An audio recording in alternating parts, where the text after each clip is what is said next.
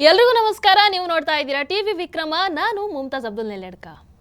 ವೀಕ್ಷಕರೇ, ಆರಂಭದಲ್ಲಿ ಒಂದು ಶುಭ ಸುದ್ದಿಯ ಜೊತೆಗೆ ಹೋಗೋಣ.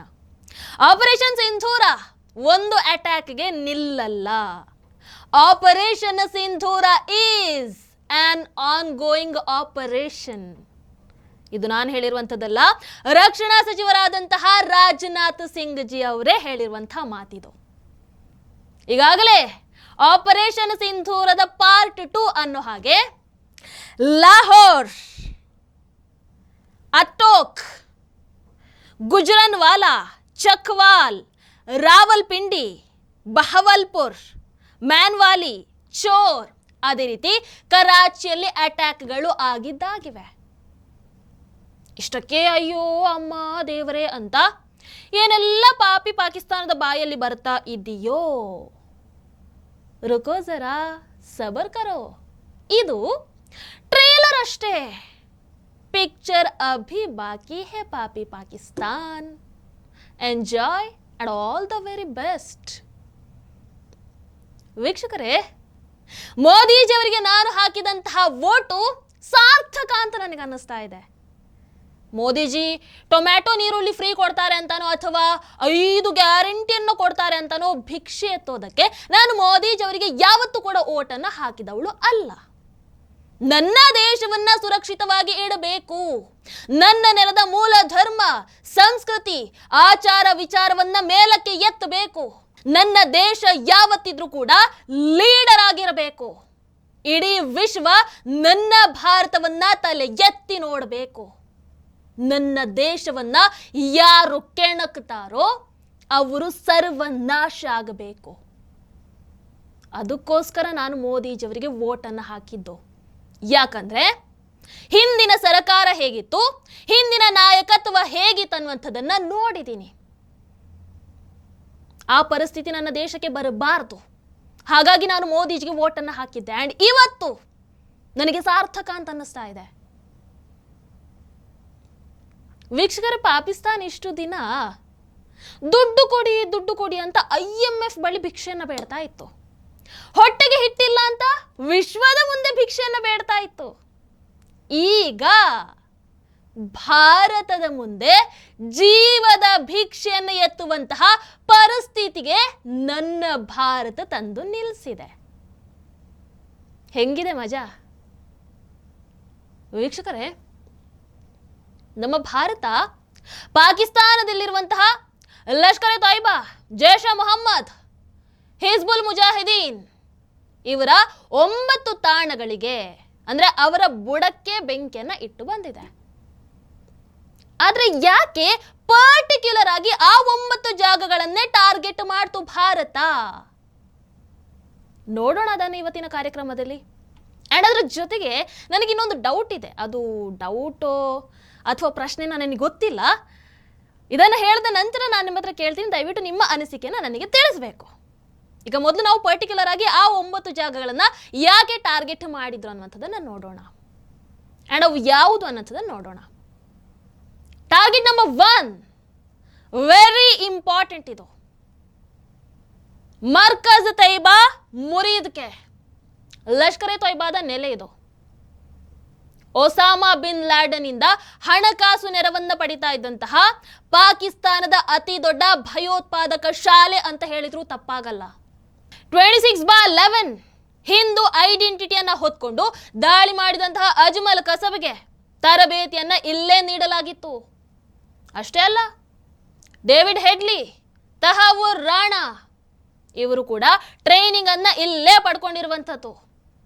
ಹಾಗಾಗಿ ಆಪರೇಷನ್ ಸಿಂಧೂರ ಅನ್ನುವಂಥದ್ದು ಕೇವಲ ಪೆಹಲ್ಗಾಮ್ ದಾಳಿಗೆ ಪ್ರತೀಕಾರ ಆಗಿರಲಿಲ್ಲ. ಇದು ಮುಂಬೈ ದಾಳಿಯ ಪ್ರತೀಕಾರ ಕೂಡ ಹೌದು.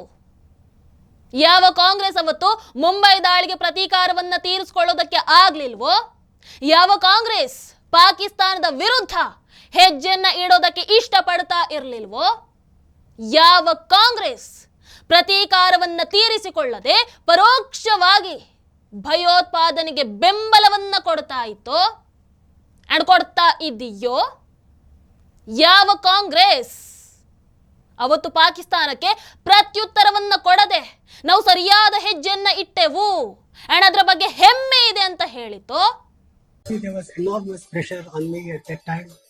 I resisted that pressure, and I think the decisions that I and our government took was, on balance, the right decision. ಇವತ್ತು ಅವರಿಗೆ ನಾಚಿಕೆ ಆಗಬೇಕು. ಯಾಕಂದ್ರೆ ಅವರು ಕೊಡಬೇಕಾಗಿದ್ದಂತಹ ಉತ್ತರವನ್ನ ಮೋದಿಜಿ ಕೊಡ್ತಾ ಇದ್ದಾರೆ. ಅವರಿಗೆ ಉತ್ತರವನ್ನ ಕೊಡೋದಕ್ಕೆ ಮೋದಿಜಿನೇ ಬರಬೇಕಾಯ್ತು. ಇನ್ನು ಟಾರ್ಗೆಟ್ ನಂಬರ್ 2, ಭಯೋತ್ಪಾದನಾ ಕಾರ್ಯತಂತ್ರದ ಹೃದಯ ಅಂತಾನೆ ಹೇಳಬಹುದಾದಂತಹ ISI funded Shawai Nalla camp Muzaffarabad. Pahalgam ದಾಳಿ ನಡೆಸಿದ್ರಲ್ವಾ, ಆ ಉಗ್ರರು ಇಲ್ಲೇ ತರಬೇತಿಯನ್ನ ಪಡ್ಕೊಂಡಿತ್ತು. 2008ರ ಮುಂಬೈ ದಾಳಿಕೋರರನ್ನ ಹೋಸ್ಟ್ ಮಾಡಿದ್ದು ಇಲ್ಲೇ. ಇನ್ನು ಗುರೇಜ್, ಕುಪ್ವಾರ, ಸೋನ್ಮಾರ್ಗ್ ಈ ಕಾರ್ಯಾಚರಣೆಗಳಿಗೆ ಕಾರ್ಯತಂತ್ರದ ನೆಲೆ ಕೂಡ ಇದ್ದೇ ಆಗಿತ್ತು. ಹಾಗಾಗಿ ಹೊಡೆದು ಬಿಸಾಕಿದ್ರು. ಇನ್ನು ಟಾರ್ಗೆಟ್ ನಂಬರ್ 3,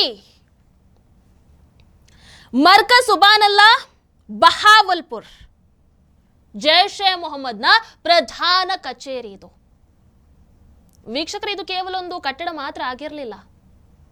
ಇದು ಜೈಷ್ ಎ ಮೊಹಮ್ಮದ್ನ ಮೆದುಳು ಅಂತ ಹೇಳಿದ್ರು ತಪ್ಪಾಗಲ್ಲ. ಮಸೂದ್ ಅಜರ್ನ ಹೋಸ್ಟ್ ಮಾಡಿದ್ದು ಇಲ್ಲೇ.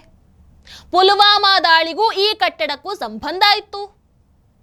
2015ರಿಂದ ನಿರಂತರವಾಗಿ ಇದು ಕಾರ್ಯವನ್ನು ನಿರ್ವಹಿಸ್ತಾ ಇತ್ತು. ಇನ್ನು ಟಾರ್ಗೆಟ್ ನಂಬರ್ 4, ಭಯೋತ್ಪಾದನಾ ಕಾರ್ಯಾಚರಣೆಗಳ ಕೀಲಿಕೈ ಸರ್ಜಲ್ ನರೋವಾಲ್, ಜೈಷ್ ಎ ಮೊಹಮ್ಮದ್ನ ಲಾಂಚ್ ಪ್ಯಾಡ್. ಈ ಭಯೋತ್ಪಾದಕರು ಎಷ್ಟೇ ಆದರೂ ಕಂತ್ರಿ ಬುದ್ಧಿಯವರಲ್ವಾ. ಹಾಗಾಗಿ ಎಲ್ಲರ ಕಣ್ಣಿಗೆ ಮಣ್ಣನ್ನ ಎರಚೋದಕ್ಕೆ ಆರೋಗ್ಯ ಕೇಂದ್ರ ಅನ್ನುವಂತಹ ವೇಷವನ್ನ ಧರಿಸಿದ್ದಂತಹ ಲಾಂಚ್ ಪ್ಯಾಡ್ ಇದು. ಈ ಡ್ರೋನ್ ಉಡಾವಣೆ, ಸುರಂಗದ ಮೂಲಕ ಒಳನುಸುಳುವಿಕೆ ಇವೆಲ್ಲದಕ್ಕೂ ಕೂಡ ಇದೇ ಮೇನ್ ಆಗಿತ್ತು. ಇನ್ನು ಸಾಂಬಾ ಅದೇ ರೀತಿ ಜಮ್ಮುವಿಗೆ ಮಾದಕ ವಸ್ತುಗಳನ್ನಾಗಿರಬಹುದು ಅಥವಾ ಶಸ್ತ್ರಾಸ್ತ್ರಗಳನ್ನಾಗಿರಬಹುದು ಏರ್ ಡ್ರಾಪ್ ಮಾಡುವಂತಹ ಡ್ರೋನ್ ಅದನ್ನ ಬಿಡ್ತಾ ಇದ್ದಂಥದ್ದು ಕೂಡ ಇದೇ ಜಾಗದಿಂದ. ಹೊಡೆದು ಬಿಸಾಕಿದ್ರು. ಇನ್ನು ಟಾರ್ಗೆಟ್ ನಂಬರ್ 5, ಮೆಹಮೂನಾ ಜೋಯಾ ಸಿಯಾಲ್ಕೋಟ್, ಹಿಜ್ಬುಲ್ ಮುಜಾಹಿದೀನ್ ಕ್ಯಾಂಪ್ ಇದು. ಇದು ಕೂಡ ಶಾಲೆ ಅನ್ನುವಂತಹ ವೇಷವನ್ನ ಧರಿಸಿದ್ದಂತಹ ಹಿಜ್ಬುಲ್ ಮುಜಾಹಿದೀನ್ ನೆಲೆ. ಹೊಸ ಉಗ್ರಗಾಮಿಗಳ ನೇಮಕ ಅಂಡ್ ಅವರಿಗೆ ತರಬೇತಿ ಇಲ್ಲೇ ಆಗ್ತಾ ಇತ್ತು. ಜಮ್ಮು ಭಯೋತ್ಪಾದನೆ ಇವರ ಮುಖ್ಯ ಗುರಿಯಾಗಿತ್ತು. ಅಂಡ್ 2016ರ ಪಠಾನ್ಕೋಟ್ ವಾಯುನೆಲೆ ಮೇಲಿನ ದಾಳಿ ಅದಕ್ಕೆ ಸೂಚನೆ ಇಲ್ಲಿಂದಾನೇ ಹೋಗಿತ್ತು. ಹೊಡೆದು ಬಿಸಾಕಿದ್ರು. ಇನ್ನು ಟಾರ್ಗೆಟ್ ನಂಬರ್ 6, ಮರ್ಕಜ್ ಅಹ್ಲೆ ಹದೀಸ್ ಬರ್ನಾಲಾ, ಪಾಕ್ ಆಕ್ಯುಪೈಡ್ ಕಾಶ್ಮೀರಲ್ಲಿ ಇದ್ದಂಥದ್ದು.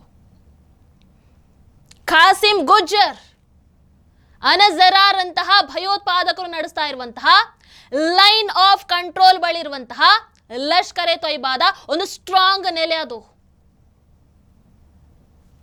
ರಜೌರಿ, ರಿಯಾಸಿ, ಪೂಂಚ್ ಇಲ್ಲಿಗೆ ಶಸ್ತ್ರಾಸ್ತ್ರ ಕಳ್ಳ ಸಾಗಣೆ ಮಾಡುವಂತಹ ಮುಖ್ಯ ಕೇಂದ್ರ ಇದು.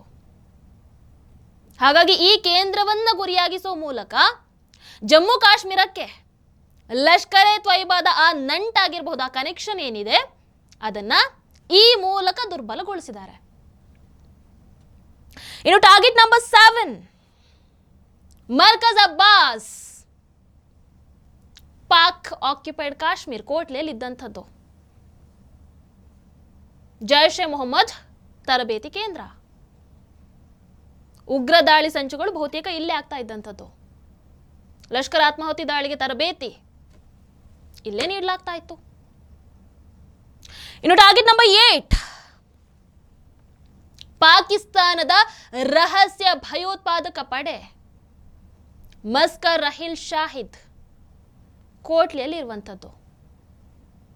ಇದು ಹಿಜ್ಬುಲ್ ಮುಜಾಹಿದೀನ್ನ ಅತ್ಯಂತ ಹಳೆಯ ಭಯೋತ್ಪಾದಕ ಶಿಬಿರಗಳಲ್ಲಿ ಒಂದು. ಇಲ್ಲಿ ಹಿಜ್ಬುಲ್ ಮುಜಾಹಿದೀನ್ ಉಗ್ರರಿಗೆ Pak border action team, sniper ದಾಳಿ, ಗೆರಿಲ್ಲಾ ಇವೆಲ್ಲದಕ್ಕೂ ತರಬೇತಿಯನ್ನು ಕೊಡ್ತಾ ಇದ್ರು. ಅಂಡ್ ಗಸ್ತು ತಿರುಗ್ತಾ ಇರುವಂತಹ ಯೋಧರ ಮೇಲೆ ಅನಿರೀಕ್ಷಿತ ದಾಳಿ ಮಾಡುವಂಥದ್ದು ಇವರುಗಳ ಮೇನ್ ಟಾರ್ಗೆಟ್ ಆಗಿತ್ತು. ಇನ್ನು last target number 9, Markaz Syedna Bilal, Muzaffarabad. ಇದು ಜೈಷ್ ಎ ಮೊಹಮ್ಮದ್ನ ಟ್ರಾನ್ಸಿಟ್ ಕ್ಯಾಂಪ್. ಪಾಕಿಸ್ತಾನ ಸೇನೆಯ SSG ಕಮಾಂಡೋಗಳನ್ನ ತರಬೇತಿ ಕೊಡೋದಕ್ಕೆ ಇಲ್ಲಿಗೆ ಕರೆಸ್ಕೊಳ್ತಾ ಇದ್ರು. ಉಗ್ರರನ್ನ ಲಾಂಚ್ ಪ್ಯಾಡ್ಗೆ ಕಳಿಸೋದಕ್ಕೂ ಮೊದಲು ಇಲ್ಲೇ ಇಟ್ಕೊಳ್ತಾ ಇದ್ರು.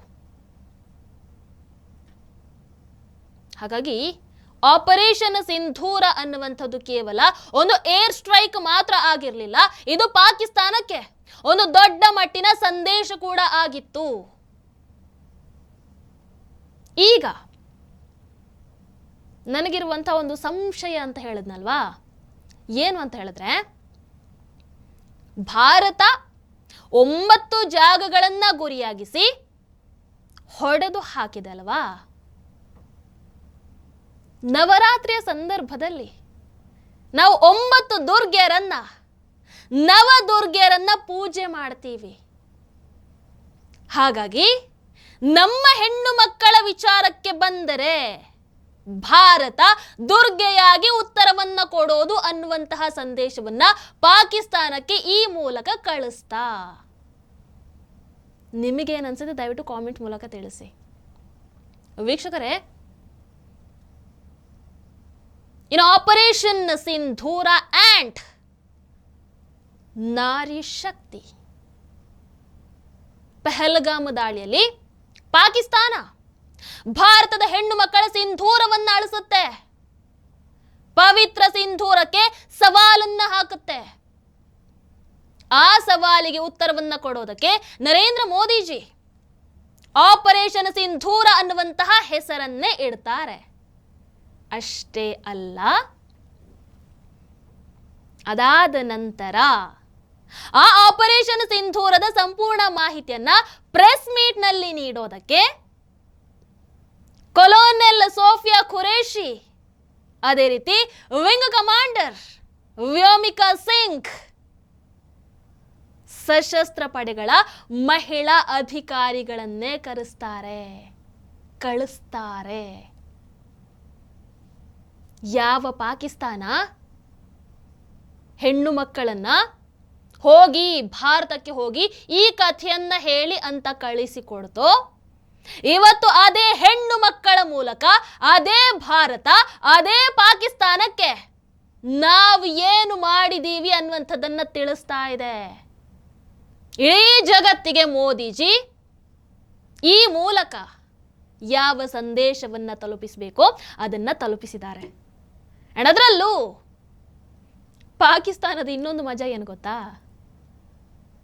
ಅವತ್ತು ಭಾರತಕ್ಕೆ ಬಂದು ನಮ್ಮ ಹೆಣ್ಣು ಮಕ್ಕಳ ಸಿಂಧೂರವನ್ನ ಅಳಿಸಿ ಹೋದ್ರಲ್ವಾ, ಇವತ್ತು ಅದೇ ಪಾಕಿಸ್ತಾನ ಪಾಪ ಗೂಗಲ್ನಲ್ಲಿ ಸಿಂಧೂರ ಅಂದ್ರೆ ಏನು ಅನ್ನುವಂಥದ್ದನ್ನ ಅತಿ ಹೆಚ್ಚು ಸರ್ಚ್ ಮಾಡಿ ನೋಡ್ತಾ ಇದೆ ಅಂತ ಹೇಳಿದ್ರೆ, ಇದಲ್ವಾ ನನ್ನ ದೇಶದ ತಾಕತ್ತು ಅಂತ ಹೇಳಿದ್ರೆ, ಅದಕ್ಕೆ ಹೇಳೋದು ನೆವರ್ ಮೆಸ್ ವಿತ್ ಭಾರತ್ ಅಂತ.